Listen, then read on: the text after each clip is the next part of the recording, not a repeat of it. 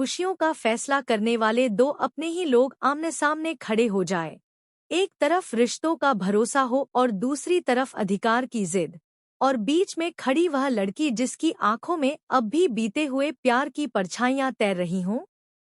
आज की कहानी कुछ ऐसी ही भावनाओं, टकरावों और अप्रत्याशित मोड़ों से भरी है, जहां हर पल ऐसा महसूस होता है कि अब सब ठीक होने वाला है, लेकिन अगले ही क्षण किस्मत एक नया खेल शुरू कर देती है। काव्या की जिंदगी पहले ही कई दुखों से गुजर चुकी है। उसका दिल अब भी उन यादों से बाहर नहीं निकल पाया जिनमें कभी उसने अपने भविष्य के सपने देखे थे। परिवार चाहता है कि वह अपने पुराने दर्द को पीछे छोड़कर नई शुरुआत करे, क्योंकि हर किसी को लगता है कि समय के साथ जीवन को आगे बढ़ना ही चाहिए। इसी सोच के साथ घर में उसकी दूसरी शादी की चर्चा शुरू होती है। परिवार के बड़े बुजुर्ग भी यही मानते हैं कि काव्या को अब मुस्कुराने का एक नया कारण मिलना चाहिए।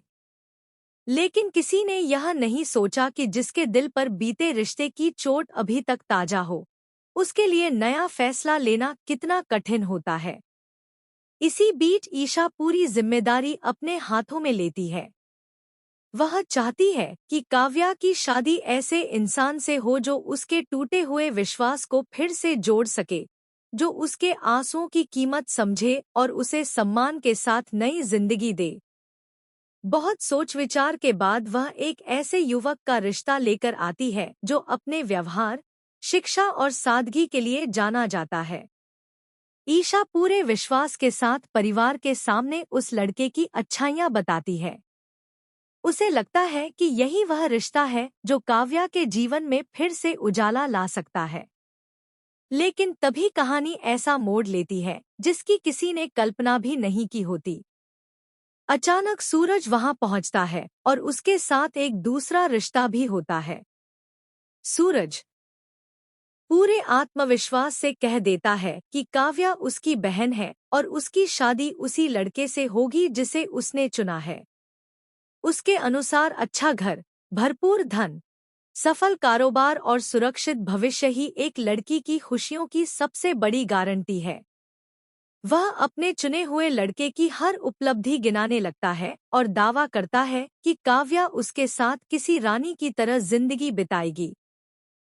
लेकिन ईशा यह सुनते ही शांत नहीं रह पाती। वह स्पष्ट शब्दों में कहती है कि दौलत से घर खरीदा जा सकता है, मगर सच्चा अपनापन, सम्मान और सुकून कभी नहीं खरीदा जा सकता। वह कहती है कि अगर जीवन साथी अच्छा न हो तो महल भी जेल जैसा लगने लगता है। इसलिए काव्या के लिए सबसे जरूरी उसका दिल और उसका भविष्य है, न कि केवल पैसा। बस यहीं से दोनों के बीच ऐसी बहस शुरू हो जाती है जो धीरे धीरे पूरे परिवार को असमंजस में डाल देती है।